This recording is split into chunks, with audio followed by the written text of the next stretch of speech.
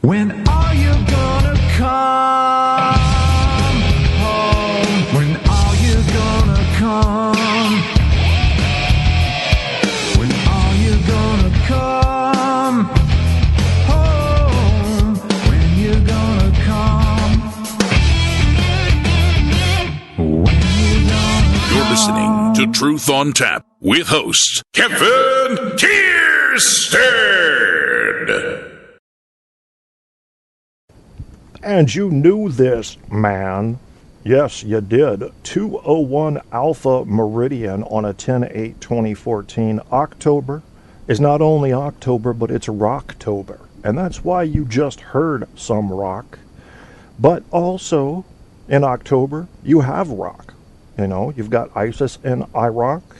You've got Fraggle Rock, which is, you know, also Fraggle Rock in October. See how I connected it right there? Halloween, you might have a kid who has his candy stolen by somebody who's threatening him with a rock. So you have that. A lot of rock things going in October, and that's why it's Rocktober, in my opinion. And there's an example, folks, of someone who's not really using fact. Oh, you nominate RD. Hey, Barco. Hey, and thank you everybody who's shown up. Andrew, these are my favorite people in the chat room. They really are. You know, RD did a show last night, and I'm sure Barco's heard it by now. I don't think he was there last night. But this guy, ooh, that's what I wanted to ask Desert Rose. Desert Rose, if you're still there, let me ask you this question. First, have you heard RD speak on his radio show? If not, do you know what the typical Netherlands accent is, or at least the one from Holland, as speaking English? And if you do you find that attractive? I think American women will do backflip over this guy, not only because, you don't think anything's wrong? Okay. Not only because he's got the intelligence, but he's got that accent, just like Andrew would have the Australian accent.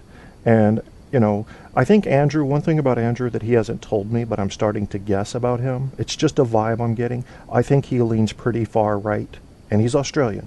I think he leans pretty far right on his political views, but I may be wrong about that. Correct me if I'm wrong, Andrew. I got a feeling he may just be keeping an eye on me to make sure I behave. Desert is semi-Dutch herself. I did not know this. I love the English accent. Okay.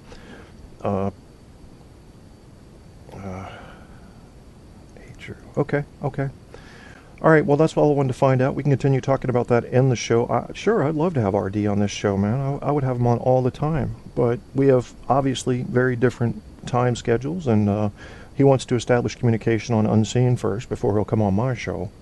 So I like the idea of having a foreign personality on the show a lot.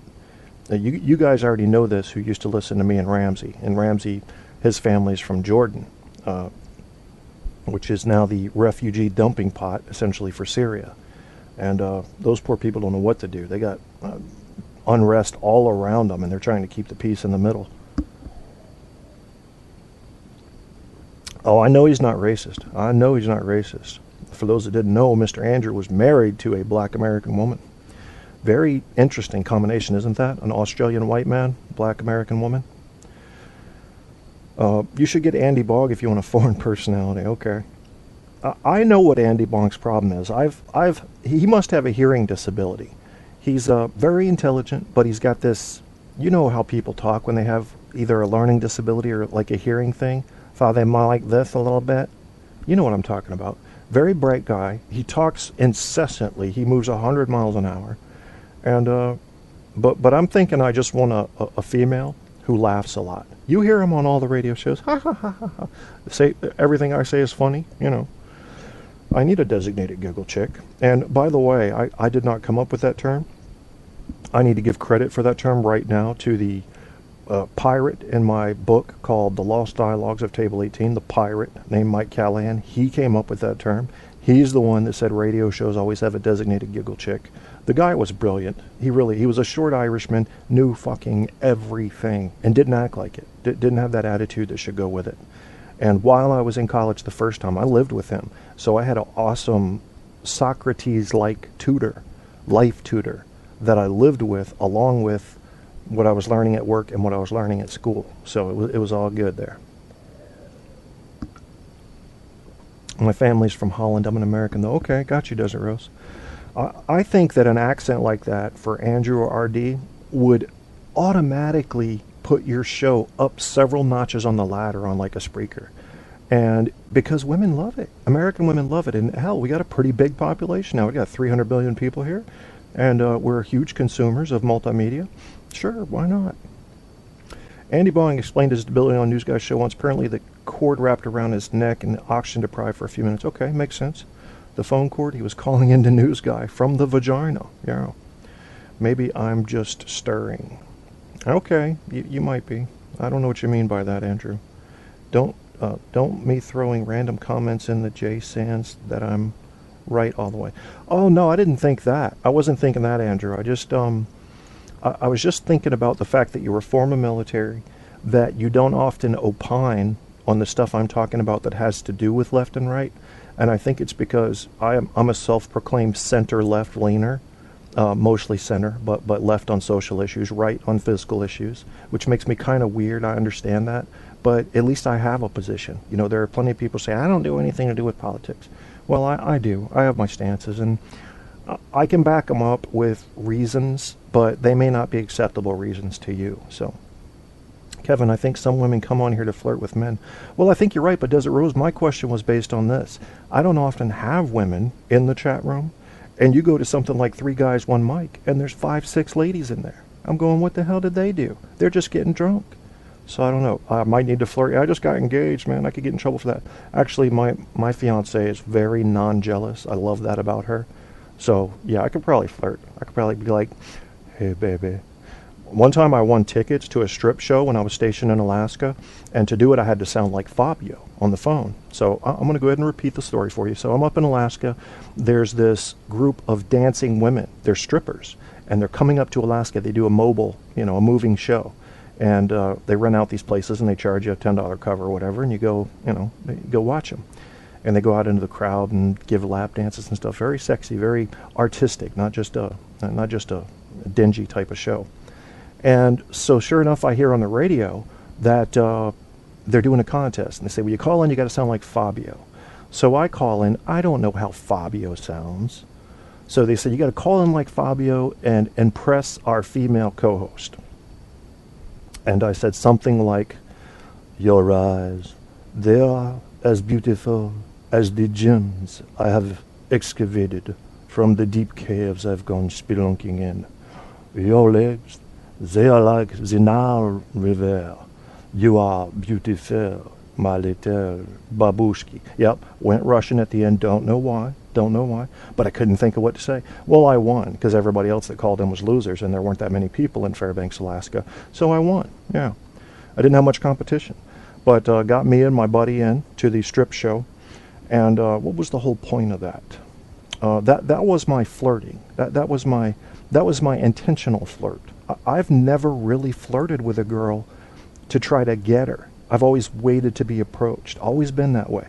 Because my thinking is, I'm not going to go up and get rejected. If she's got some interest in me, she's going to give me the look. You know the look. You guys know the look. Come on now. Don't tell me you don't know the look. I know the look. It's like, it's either going to be one of, my God, I've got to have you. I've had that look very few times. Or it's going to be one like, I give you a shot, guy. You know the look. And you also know the look of, you have no chance with me, which I've received many times. So if I don't get the look, I'm not coming up to you. Yeah, might have done it a couple times when I was drunk, but for the most part, no, I need the look. KK, have you ever had sex with a woman without having to give your credit card number over the phone first? I could probably think of it at least 1 or 2 times, Barco, sure. And not off the top of my head, though. Most times it did involve the credit card. No, it's not true. Never paid for it, believe it or not. But then again, I spent many nights alone as a result of that. I was very selective when I'd go out to the bars and stuff, so I went home alone a lot of nights. I never did wear the beer goggles much. A couple times I did, but not often. You're weird. I'm running, typing into a phone. Holy shit. Andrew, in Australia, okay, competing with wallabies for who can move the fastest, is listening to my show and participating in the chat room while running. That's gotta be the weirdest sentence I've ever put together. Ever. In my life, and probably will hold that spot till the end. Kevin, I think some women, are you saying, Desert Rose, that you're on here to flirt with dudes? Because I know you women, oh my God, you have huge followings. I mean, from Debbie Daly on down to the less established, and you know, you're a young pretty lady. Of course. I mean, the guys they may like you for your intellect, they may like you for your radio voice, they may like you for what you're doing on your show, but they're going to love the fact that you're an attractive woman. Much different for a guy on radio. For one thing, there aren't that many female listeners compared to male listeners. For another thing, women win right off the bat compared to any guy. Automatically you're going to have 30, 40 people at your show. Then the people that want to come in for your program start showing up. I'll let you guess. I'll let you guess why I hate her. I know why I hate her. Barco's got some theories here. We're going freestyle, guys. I do want to talk a little bit more about fact-checking. I'm going to probably skip a lot of what I would have said about fact-checking, but I do have a few sites I want to share with you, and I want you to watch out for the fact-checking sites that are leaning one way or the other. You got to watch out for those because they're going to tell you what you want to hear. They're not going to give you an accurate truth. They're going to paint it. They're going to paint it a certain color. Desert wins because of her authenticity. I'm sure. Yeah, she does a great show. I agree with that, Desert Rose, by the way. You don't have to be. You could get in a disfiguring accident and lose your legs and arms and be ugly, and you'd still have a good show. So don't take what I said wrong. I'm just saying that being an attractive young lady automatically gets you a bunch of extra listens, and good for you. Use it. I say use what you got. Barco, don't be afraid to get a sex change, man, if you need to. Try to make yourself look like, I don't know, Britney Spears. Is she still hot? I don't think so. I always thought she was kind of trailer parky, kind of like Miley Cyrus. Plenty of classy women out there in the entertainment industry. Those two, not so much. Not so much. You can take the girl out of the trailer park, but you know the rest. There are not many women hosts on here. That's right, Desert Rose. And that's right. And you do a good job. Not all of them do a good job. You know, what helps is any woman could come on and do a show. If a woman comes on just like a man and says, look, I'm doing this for socializing. I'm not trying to be some sort of major discovery for you in the intellectual world of radio broadcasting. I'm just having fun. I always put that out there because it sets the bar low. And then I always exceed my expectations, which is great. But if I come on saying I'm going to change your life, follow me, and then I don't, well, then I failed.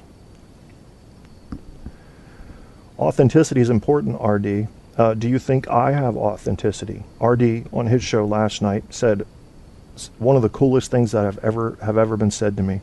He said, I don't always listen to your show because it's good. I listen to your show because of the way you do it. And I was like, that's fucking honest and beautiful. Beautiful. I'm going to get it on a shirt. I'm going to get on a shirt the following quote.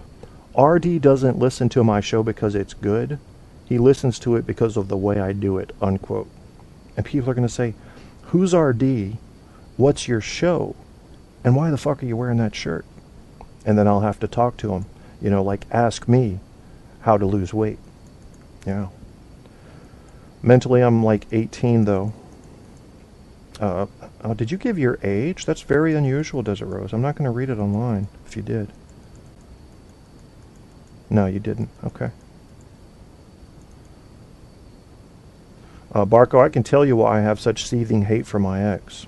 And it's very simple, and it's because she hurt me. That's true. But I could have gotten over that. What I can't get over is when she used my daughter to hurt me. That hurt my daughter. And if you can imagine, I know I don't think you have kids, but if you can imagine just looking at your child and watching someone punch her in the face, that's what it felt like. That's what it feels like when she does that.